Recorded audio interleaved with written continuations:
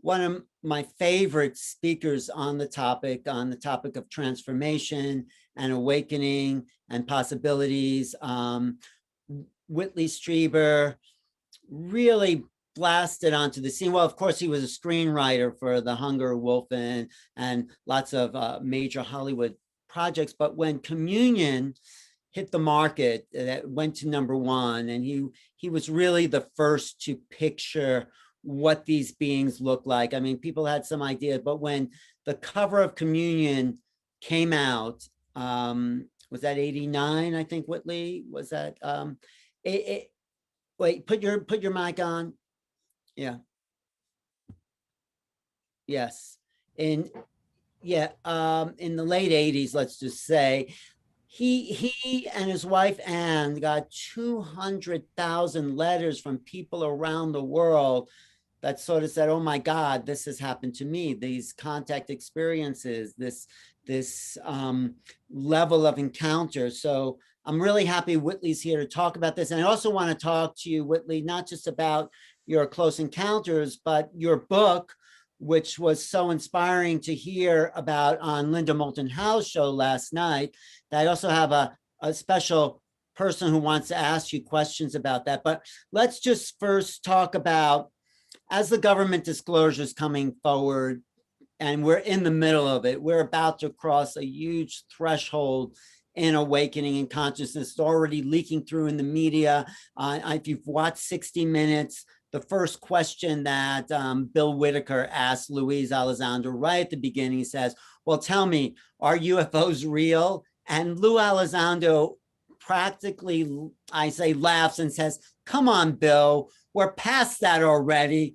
The Pentagon has said UFOs are real.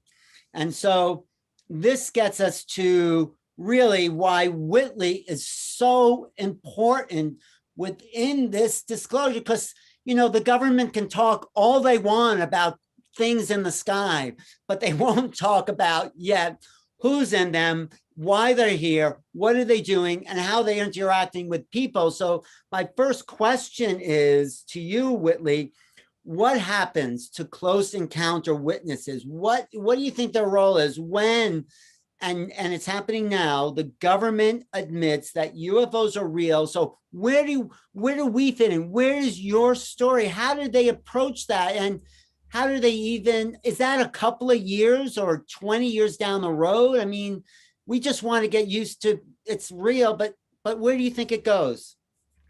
Some of the people involved in this would like that the answer to the B, it goes nowhere, and they never have to address it. However, that is simply not going to happen. The people involved are the story as much as, and at many levels more than, the objects that we are seeing in the sky. Now, we can't rely on data and opinions slipped out from behind the barrier of secrecy. This issue belongs to the outer world, specifically to us, the public, the sciences, the academic community, and above all, to the experiencers and their relationship to this. And the reason is that the experiencers contain within their memory a message of some kind that is almost certainly coherent and can be understood. But there's a huge amount of work to be done. The academic community needs to revisit our entire understanding of gods, demons, fairy folk, and all such stories. Folklore emerges out of the imagination to a great degree, but it also emerges when people see things they can't understand and try to make sense of them. Our rock foundational assumption of all of the folklore, the tales of gods, and everything in the past, right down to and including things like Ezekiel's wheel, which is obviously an observation. The general assumption in the academic community and the social sciences is these are all imaginary. Mm-hmm. We've got to turn that upside down and face the fact that that may not be the case, that in fact, it may be observation that has generated our entire mythological content of the whole species. I mean, you talk about change. This is the biggest change in the history of this species since well, probably in the whole history of the species. Yeah. The biggest change that can be identified as a historical event.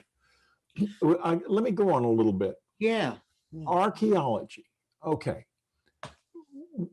We have turned over backwards in the conventional world to explain away artifacts like Nan Madol in the Pacific. What this is a group of artificial islands built of gigantic basalt logs. And if you can believe it, the assumption, if you go on the National Geographic Channel or somewhere, is that these were built by Polynesians using canoes in the 12th century AD, as if anyone at any time could move an object like this weighing some tons with canoes. Of course not. We don't know how it was built. Sacsayhuaman in Peru is another perfect example. We do not know how that was built. We couldn't build it today. The gigantic platform at Baalbek, said to have been built by Roman engineers? No, it's not possible. They didn't have the equipment to move stones that large. Why do we know that? Because we don't have such equipment now. Now, and the Great Pyramid, we have the conventional assumption is it was built by Cheops.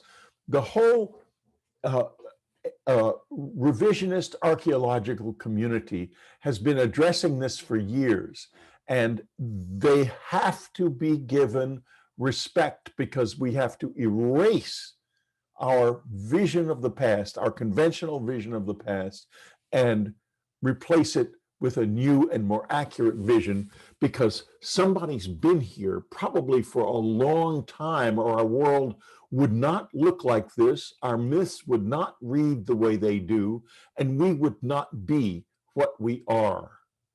Now, as far as UFO are concerned, UFOs, the greatest resource is not the materials in possession of the government. I mean, I've got some of the materials right here in this office. And what I have specifically in this office is a fragment of the external sheath of an object, that probably the one that crashed at Roswell. And if you look at it under a scanning, under a 600 power microscope, you see it is layers of magnesium, which have somehow been turned into a foam, and thinner layers of bismuth. But when you look at it under the microscope, you see there is nothing between the layers. It's not, they're not glued together with anything. So what force is holding them together? Linda Moulton Howe sold hers to TTSA, and it's being analyzed by the US Army. I would not give mine up. We analyzed it at Southwest Research in San Antonio, Texas, back in the 90s, but I'm not willing to give it up until I can be absolutely certain that high-level labs with the equipment and the open-mindedness necessary to use it correctly, and no connection whatsoever to the secret world, can analyze it. So I hold on to it. But there are other materials, and it's going to be found that I hope in some of the releases that some of those materials have already been understood, and the information has been bled out into industry, especially when with regard to the metals. But there's another resource. This is the one I started to talk about that's really, really important. That's us, the close encounter witnesses. Now, many people think of themselves as close encounter witnesses, and indeed many people are. When we didn't get just 200,000 letters. We got, oh gosh, I bet we got 500,000 letters over the years. And assembled them into a wonderful little book called The Communion Letters. And I'm going to be reading just a couple of those letters in a few minutes. What these letters tell us is that Carl Sagan was right. He was right when he said, if we actually contact aliens, it is going to be stranger than the strangest things we can possibly imagine. But how do we deal with this not in an anecdotal way or in a narrative way, which is all we've been able to do so far, but at a higher level of finish? Here's how. There are people with implants in their bodies. There's one right here. There are people who have had implants removed. We have records of who those people are. Now, we can get people like that, and we can work with them.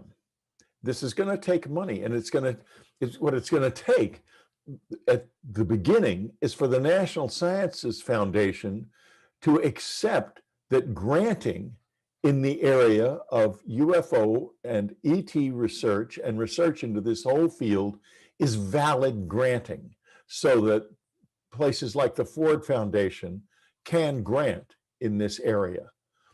They can't really do it now, not without the support of the National Science Foundation. Okay, memories, all memories, are a mix of imagination and recollection. How do we differentiate, especially in a case like a close encounter experience, where the person does not understand much of what they are seeing? How do we differentiate between real memory and imagination, or memory that's been distorted? Well, it turns out we actually can do that. We have a type of machine called a functional MRI.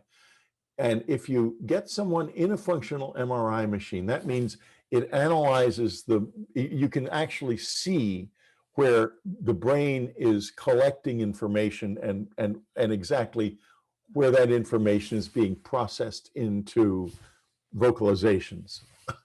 This means that you can get people who we know have had contact.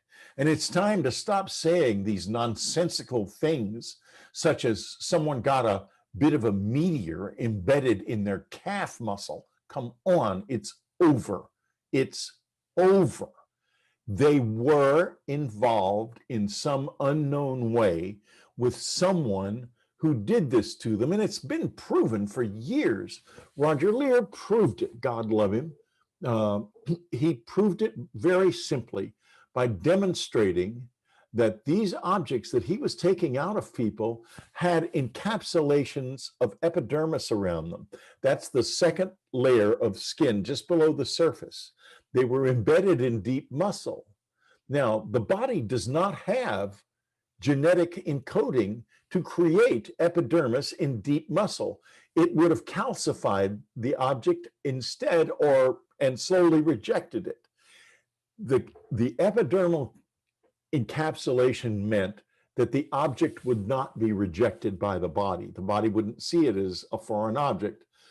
We cannot create an encapsulation like that now, but somebody can, does, and did.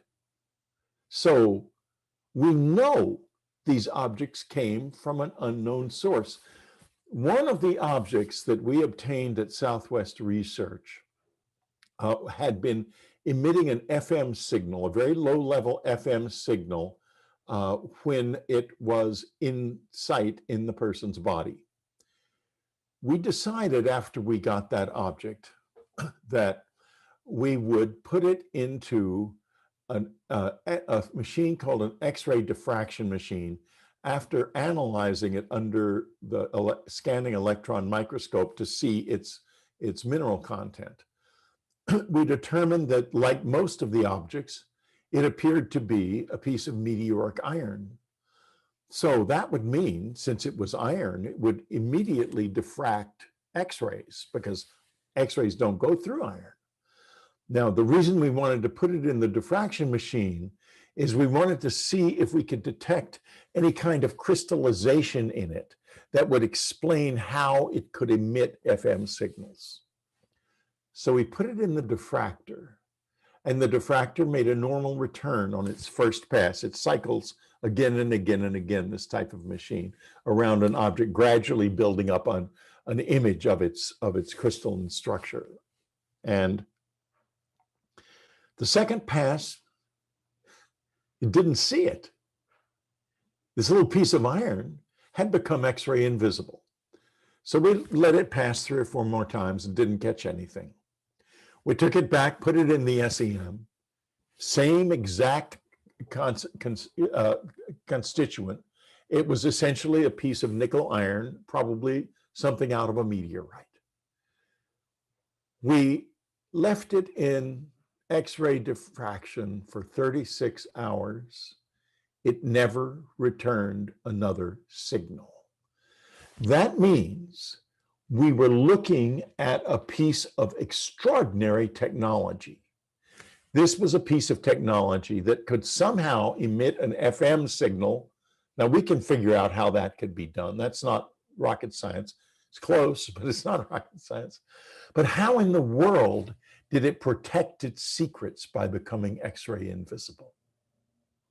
That's the kind of thing. It was, of course, this was blown off. In those days, when we were working at Southwest Research, the director told me, and Bill Mallow, the head of materials science who was doing this work, and one of the founders of the Institute, which is the only reason it was allowed to be done, that, quote, our CIA contractor, which is more than 50% of their budget, takes a dim view of UFO research. Now we know why. You're trying to keep it secret.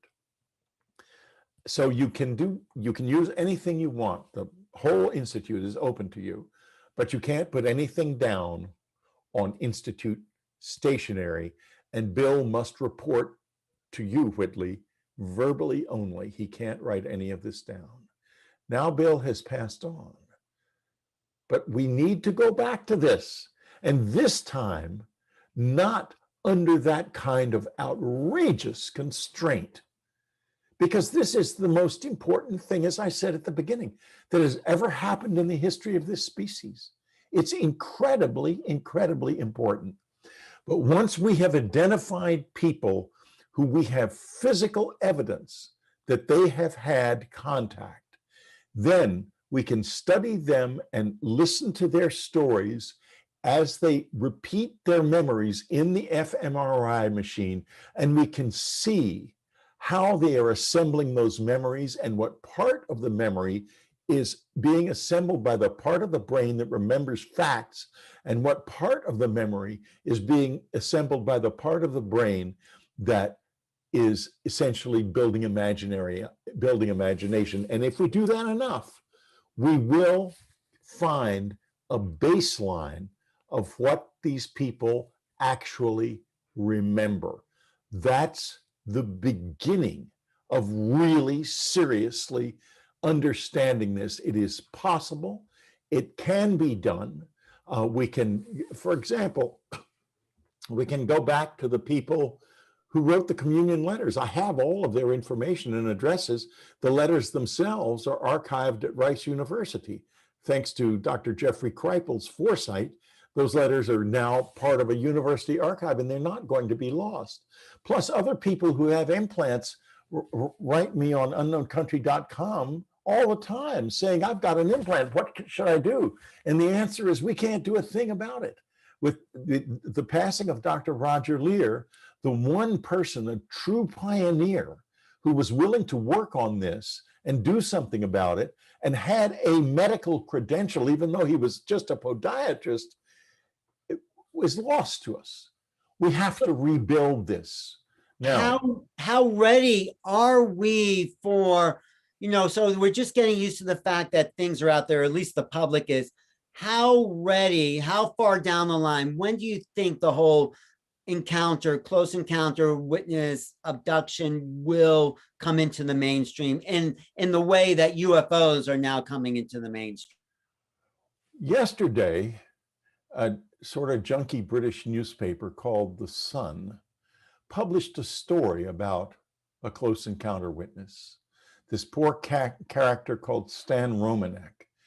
And the headline was something like, pedo UFO abductee claims he has 5 hybrid children. In other words, it was the worst possible way of addressing us and our part in this. To write a story like that now, it just really disturbed me, because The Sun is, did they really who made the decision? Someone made a decision that looks like all of this stuff is coming out publicly about UFOs. We need to make the abductees and the close encounter witnesses look as bad as possible. So was that someone at the newspaper? Or was it something more dangerous? Was it someone at British Military Intelligence Headquarters, GCHQ? They take a dim view of us also. Everybody takes a dim view of us. But it's over. We're here. We are the future.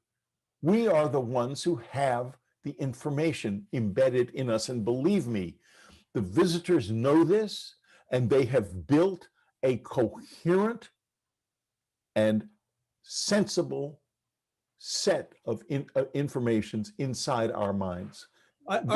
We have this. Are you ready to go in front of congressional hearings and kind of lay the piece out as the UFO situation unfolds? This would be someone like you the Congress would go to, I think, and start to say, okay, give us the backstory here, which is the... Well, I would hope so, but and this is exactly what I would say to them. I just said to you, to all of you. My concern is that, you know, there's so much swirling around this, people with big egos wanting position and all of this stuff, and people who aren't really in contact, claiming otherwise, and it's just it could turn into a real mess. And then there's the problem that I know quite a few of the people who are involved in this. In fact, Jeremy Corbell and George Knapp are my guests on Dreamland, my podcast, this weekend. And they're both wonderful guys, and they're very much on our side, by the way. But there are others who would rather sweep this under the rug. Some very important people in this have said to me very frankly that they expect that the close encounter experience and the abduction experience will not be addressed anytime soon, if ever. But I'll tell you what's going to happen. This is going to blow up in their faces, because the first shot across the bow is that lunatic story in The Sun. But the media is going to pick up on this. What about aliens? And what about people? What about all these people? And I think the first reaction of the intelligence community is to do anything it can to basically throw us under the bus and debunk us in any way they can. And I am very worried about that, because they have to face the fact they're not in control of this. They never have been. Right. This is about us, we the people, and the visitors, whoever they are.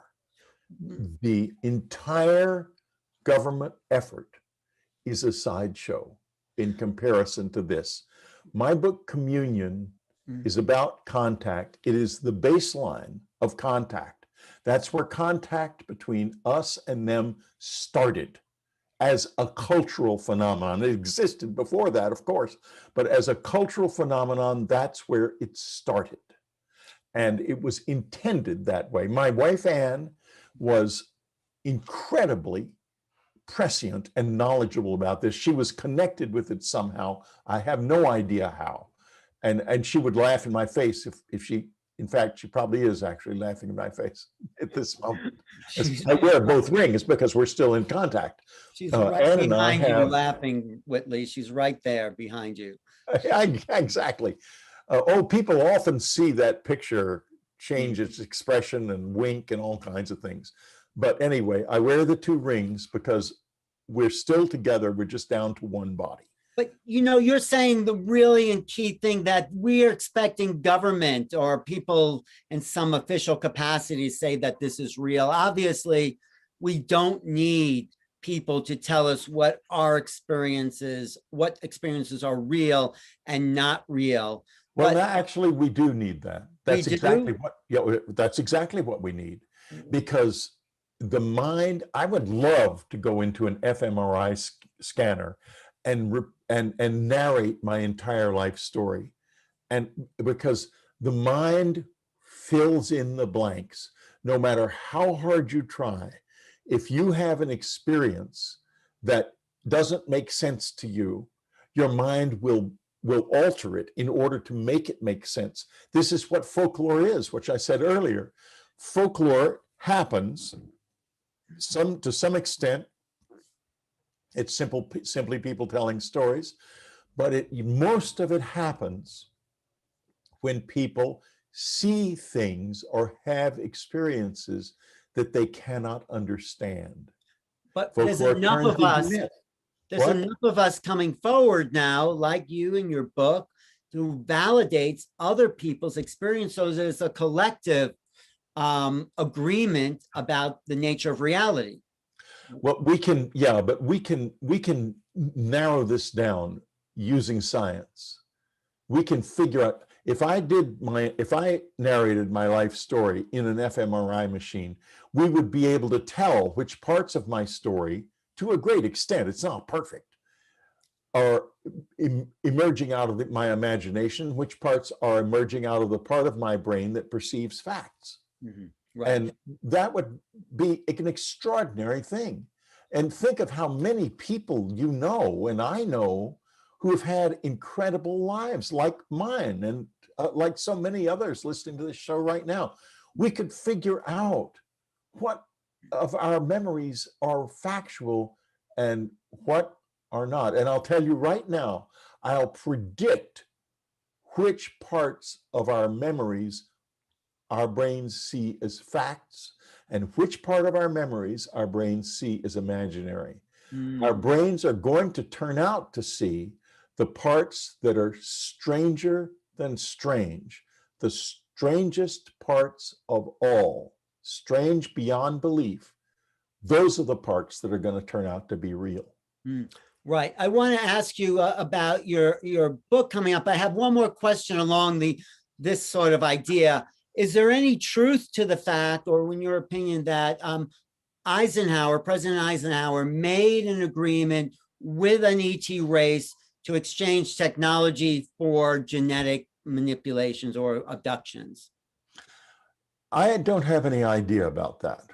I do know that Richard Nixon knew an exceptionally large amount about this subject because he took Jackie Gleason to see one of the intact objects at an airbase in Florida.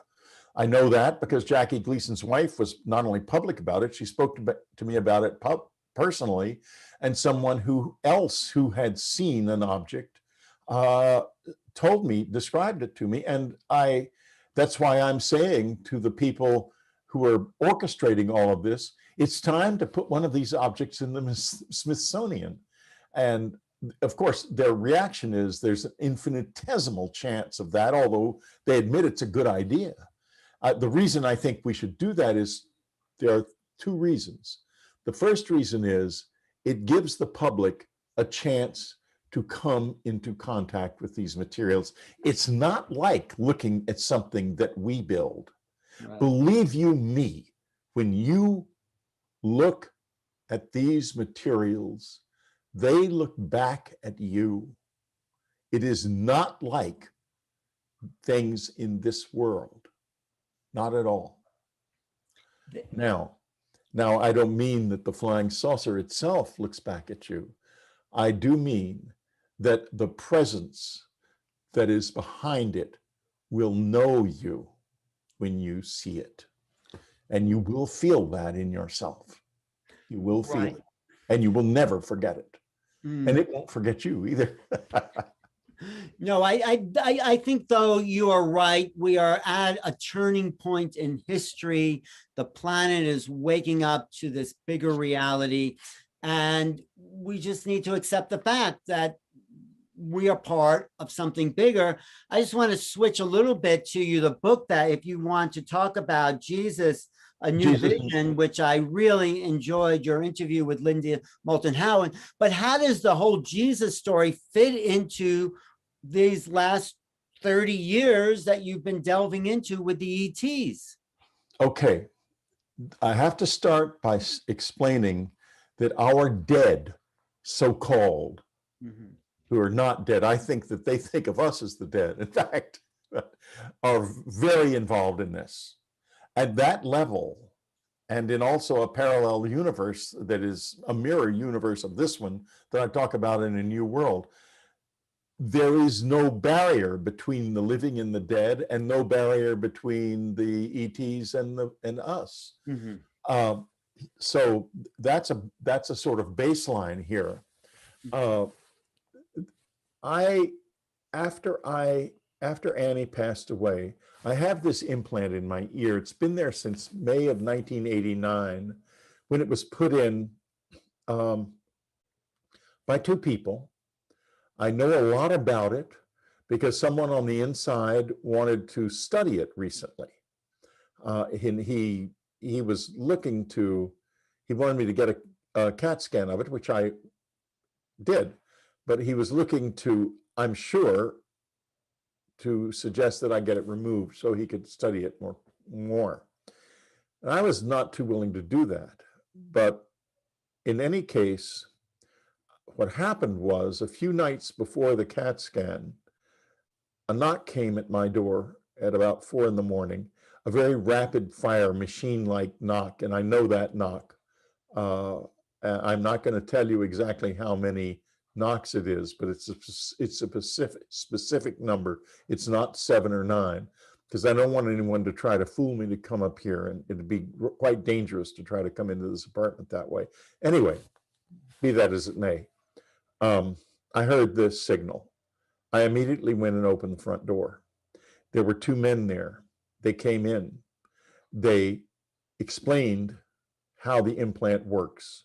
They explained that what it does and what happens with the implant is it opens a slit, and now in my right eye, it used to be my left eye, in my right eye when I'm working, and words flash through it at breakneck speed.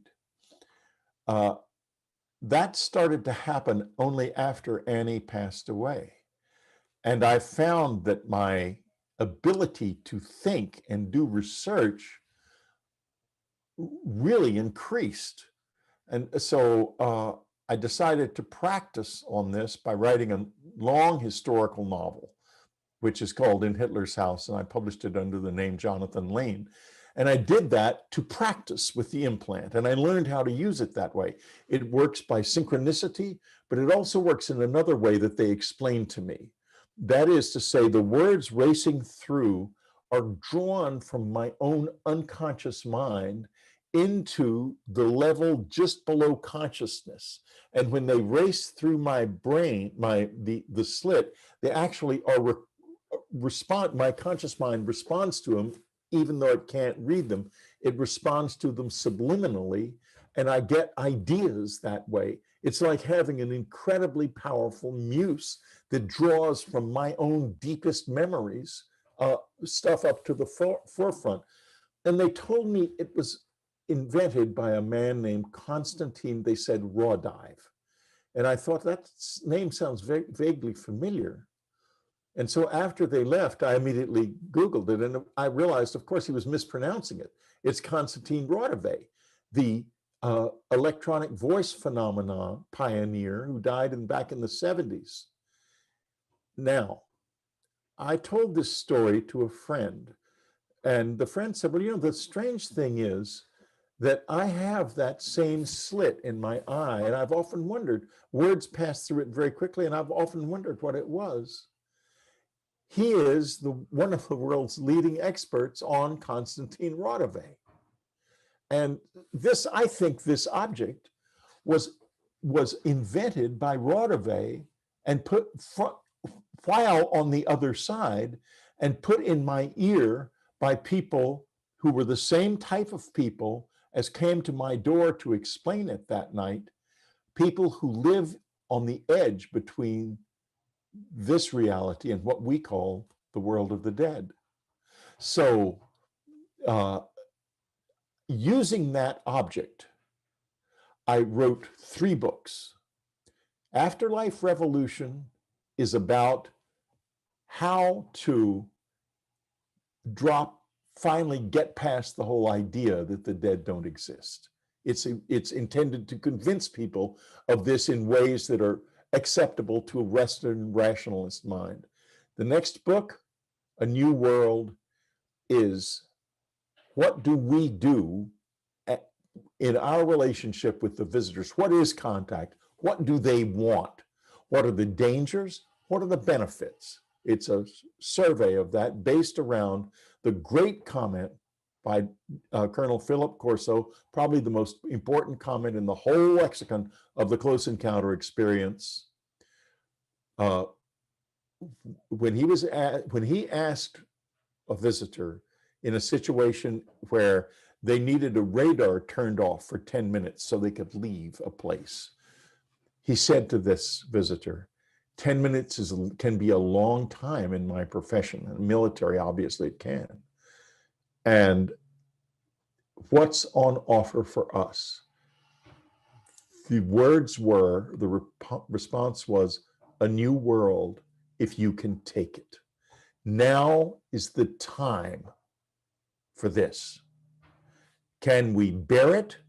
Can we wrest it from their hands? Because they're not going to give us gifts. There's not going to be anyone dropping in on the White House lawn with an anti-gravity cell phone or whatever. Forget it. We have to do this ourselves, sink or swim.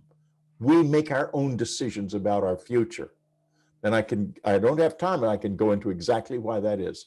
Then the third book, what is our stance in all of this? How do the parts of this are dangerous. Parts of it are very dark and very evil. That's there. It's there. I've lived it myself.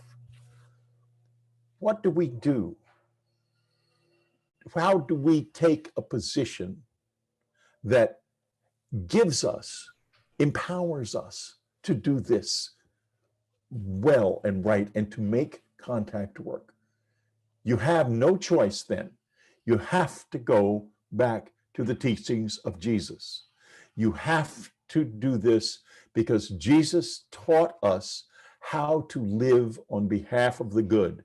And when you are truly in your body, your blood, your mind, your soul, committed to the mission of the good, then the dark side of this becomes a source of knowledge rather than a source of danger. But here's the problem nowadays. The religion has been corrupted. Let's face it. The Catholic Church has got all these pederasts in it. The extreme right-wing religions are hardly recognizable as Christian. If you read the Didache, which is the rule of Christian communities that was written by the apostles in somewhere around 70 AD, we don't live that way anymore. But I'll tell you something about that rule. It took the community of Christians through the total collapse of the Roman Empire, a near end of the world thing that happened in 536 AD when there was a huge volcanic explosion in Iceland and the planet was dark for 18 months. And out of that, there was almost nothing left in the Western world except the little Christian communities because they lived by the Didache. And we better look at it very carefully because we're going to need it again soon. But what about people who don't want anything to do with Christianity. And there's lots, most people don't. So I wrote a book that explains what Christianity is, how it came about when Constantine basically turned Jesus, the teacher, into Jesus, the Roman god, replacement for Apollo, and how we can look past that to the teachings. And readers of my book can come to understand how to use the parables and the Beatitudes in their own lives. You don't even have to be a believer in anything. You can be a complete atheist and still gain value from the teachings. And the book also shows that the resurrection happened. He did turn into a being of light. And it is a testament not to the fact that he was someone distant from us, a divine being that really basically we just have to look up to. His whole teaching was about we are him and he is us. It is a teaching not about the distant power of some divinity. It is a teaching about the power of mankind when mankind is allied with the good, which is called God in most of the Gospels, but in the extraordinary Gospel of Mary, the Gospel of Mary Magdalene, the word God does not appear. It's translated as the good. The book is about allying yourself with the good, no matter what you believe. That is a beautiful overview of the last 20 years of your career. I have someone here with me who is an expert on the shroud, and he just wants to comment on some of that here. JJ, do you have something to say about your investigations and what Whitley's saying as I think Whitley is right on schedule. The Nag Hammadi library is beginning to be understood in terms of its great depth of a new language of experience, where the Christ that is risen is a model of our own ascension process in connection with higher intelligence. Right. And in the work that I've done years ago with translating from the Coptic to Nag Hammadi, the Gospel of Mary, as Whitley just said, stands out really in terms of the goodness of creation. Mm. So where do we go? I'll ask you. Well, Whitley, where do you see this going in terms of now the greater understanding of the, shall we say, the inner Christ, the Christ that is present within us, as opposed to that which is 6,000 light years away? This has, in my opinion, been the problem of the religionists and theologians who put God way into space rather than into the human heart, into the human experience. Thank you. Yes. Well, Jesus taught it basically. He never said the kingdom of God was up in the sky. He said the kingdom of God is within you. And you can join it right now, right now. What is the key to this? The key to this is living by the parables and the Beatitudes. And then you do become as a little child, and you do become as the lilies of the field. So I don't get the ETs are here to show us part of our greater mind, but they seem to be missing, or some aspect, at least some aspect of these beings are missing the Beatitudes. Perhaps that's been, my, how do those beings, the visitors, fit into what you're saying about this higher teaching of spirit? This is a challenge to us, a new world if you can take it. Now that means that somebody is holding on to it, and we are not going to get what they are holding in their hands unless we are strong. We're not going to. We have to be strong. And I have been face to face with the evil that's in this. I've seen it. I've lived it. My wife and I have had the experience of having semen. I had semen taken from me. I was raped. And I made the mistake in communion of calling it a rectal probe. And every bully on the planet Earth found a way to laugh at me and sneer at me because of my rape. Now, my wife lost a baby. She's passed on now. And toward the end of her life, we decided that after that she had passed on, I could talk a little bit about this. It was in the context of one of these encounters. This is as dark as it gets. It doesn't get darker than this. Well, it can. I think there are people who have disappeared. And I don't flinch from this in a new world because we can't. We have to make this work for ourselves. And that's what the Jesus book is about. We face the fact that this is not easy, that they are not all sweetness and light. And then we go to the Jesus teaching and we find out that the light is in us.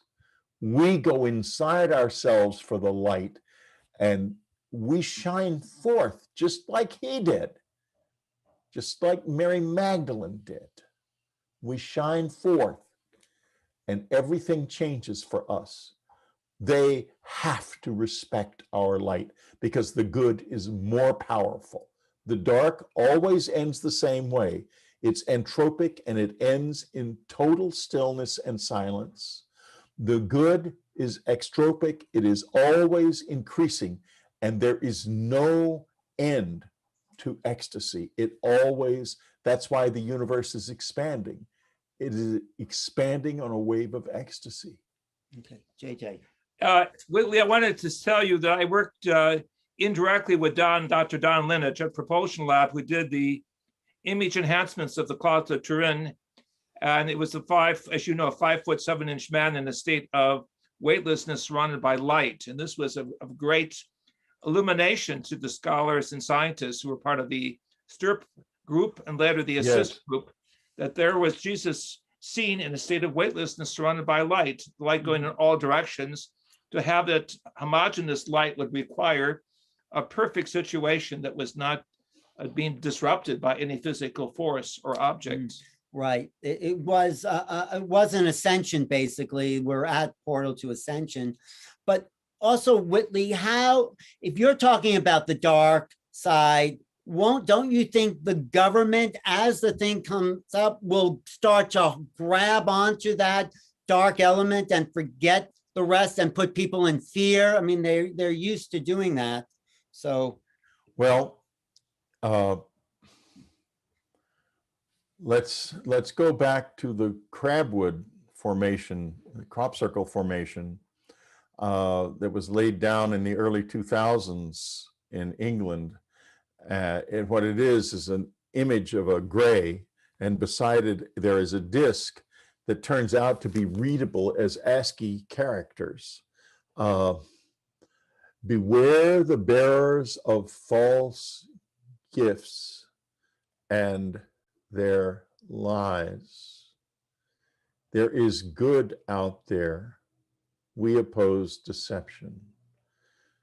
The bearers of false gifts are the ones that made promises about extraordinary weapons, promises that the Russians, the Chinese, the British, and the Americans all fell for, and their deceptions. There are entities in this that cannot tell the truth. And in fact, there are people close to them in the UFO community who are in the same state. They can't tell the truth.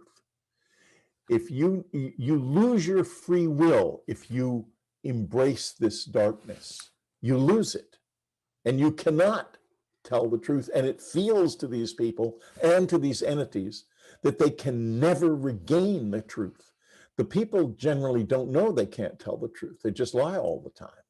And you know, some of them in the UFO community will come to your mind if you think about it. The entities know they can't tell the truth and believe they will never be able to, and have fallen into this trap and would like to bring us down too. But what you have to do is preserve your free will and your sense of choice. And you do that by aligning yourself with the good, which will always always seek to enhance your freedom, because the freer you are, the more profound your connection to the good can become, because this is an ongoing decision. It's a moral decision, it's an emotional decision, it's a spiritual decision, and it is there every moment of every day. You have to live by love, compassion, and humility. We all understand love.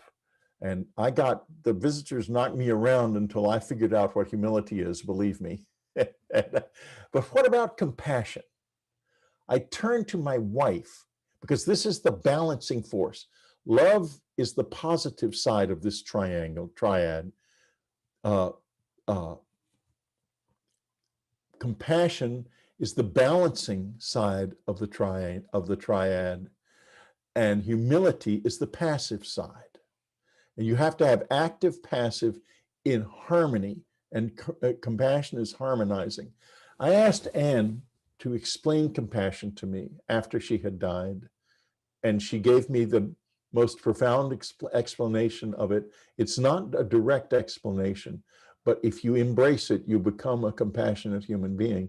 She said simply, each of us is all we have.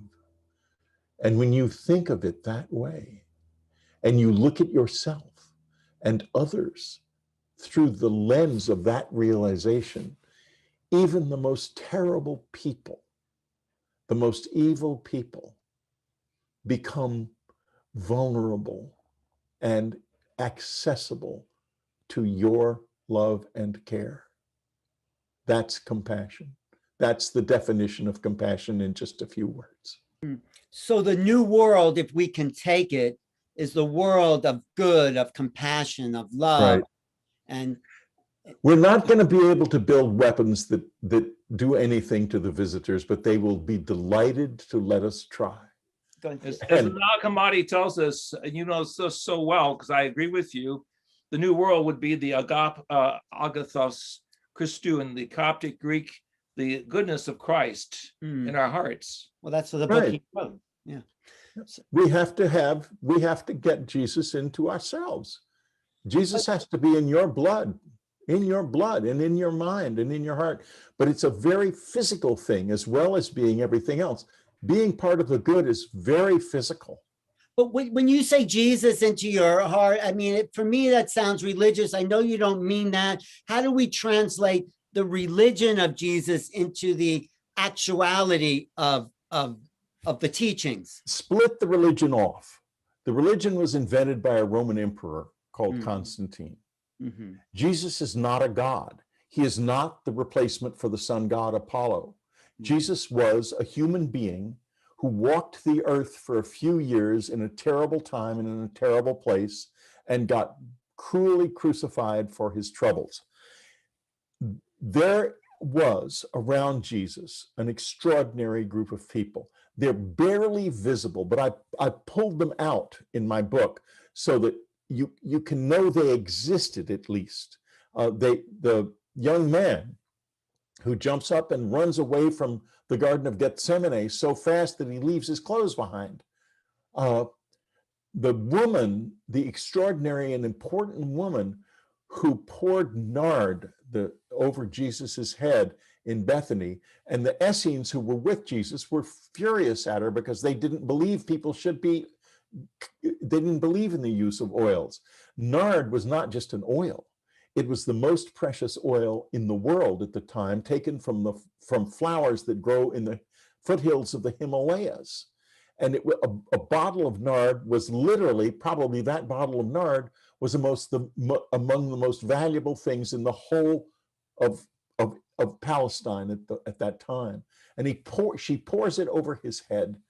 And what she is saying is that his soul, she is saying that his soul has a perfume, and you can learn to smell souls. I guarantee you will learn this if you work at this enough.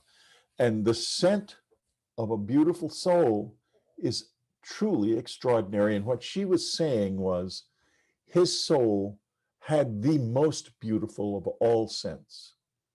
So who was she? He says she will be remembered forever, but we don't even know her name, and she's not remembered. When Christianity was twisted into this paternalistic movement, she disappears. Well, she could be the divine feminine. She could be the purity of the feminine being. Which she was, but she was also a woman. And someone says here, Mary Magdalene, and I think that might very well be true, that it was his wife who did that, because his wife would have known him better than anyone. Right. But So it goes on. Go ahead. It goes on, though. There are other people like the upper room. Who was it who gave them the upper room? And the little mule that they were told, that Jesus told them they would find in the streets of Bethany for him to ride in on Palm Sunday. Somebody put it there. In other words, there was a hidden organization behind Jesus. And what about what happened to Paul? He's a thug on his way from just murdering St. Stephen in Jerusalem to Damascus to root out more Christians and murder them. He has an experience on the road to Damascus, seeing Jesus as a light so bright that it blinds him. I know a lot about this light. I'm partly blind in one of my eyes because of an experience. It's powerful stuff. Okay, anyway, he's taken into the house of Ananias in Damascus. And he comes out X amount of time later, one of the greatest theological geniuses who ever lived. And if you separate what he said from the fake epistles, it's a very sublime message. There's some fake Pauline epistles.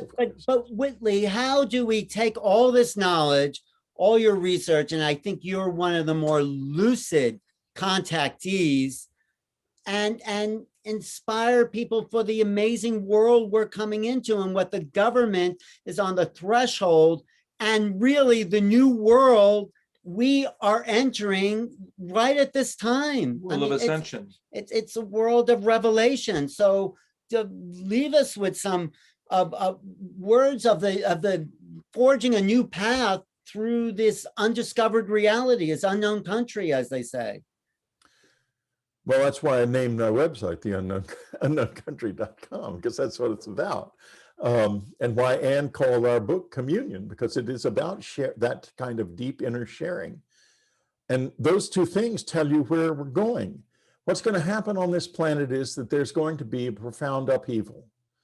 This Earth has a habit of orchestrating extinction events, and we're in one. We're in the early stages of the climax of an extinction event. And when I say early stages, at any time now, something profound could happen, like the Gulf Stream could stop flowing. We don't know when it will, but we do know it will. Scientists may tell you it's going to be in 30 years or 300 years, but the truth is it could be tomorrow. And when it does, everything changes immediately on planet Earth, and areas where lots of human beings live right now become unviable. That is going to happen. We basically, by the universe and by our planet, we are being tossed into the waters of life and told, sink or swim. The age of Jesus, the age of Pisces, there's a reason that his avatar was the fish, and you did this to indicate that you were a Christian. There's a reason that my whole journey toward Jesus and New Vision started. It started actually at contact in the desert in June of 2019, when a Vesica Pisces appeared in my room in front of me. So the little fish swims around in the waters of the earth, healthy and happy, being given everything he needs. Then Aquarius comes, the water carrier forced the water out. And what happens to the little fish? Well, it's called the birth journey. We're going down the birth canal. The visitors here are midwives. It's as simple as that. We're going to be born alive or born dead. It's partly up to us, partly up to them, partly up to the universe itself and the love of the good. And in the context of that experience, which is going to be real hard, there's a reason babies cry when they're born. We are going to either do this or not. We're going to either say the present paradigm doesn't work and can't work, or we're going to cling to it until we die.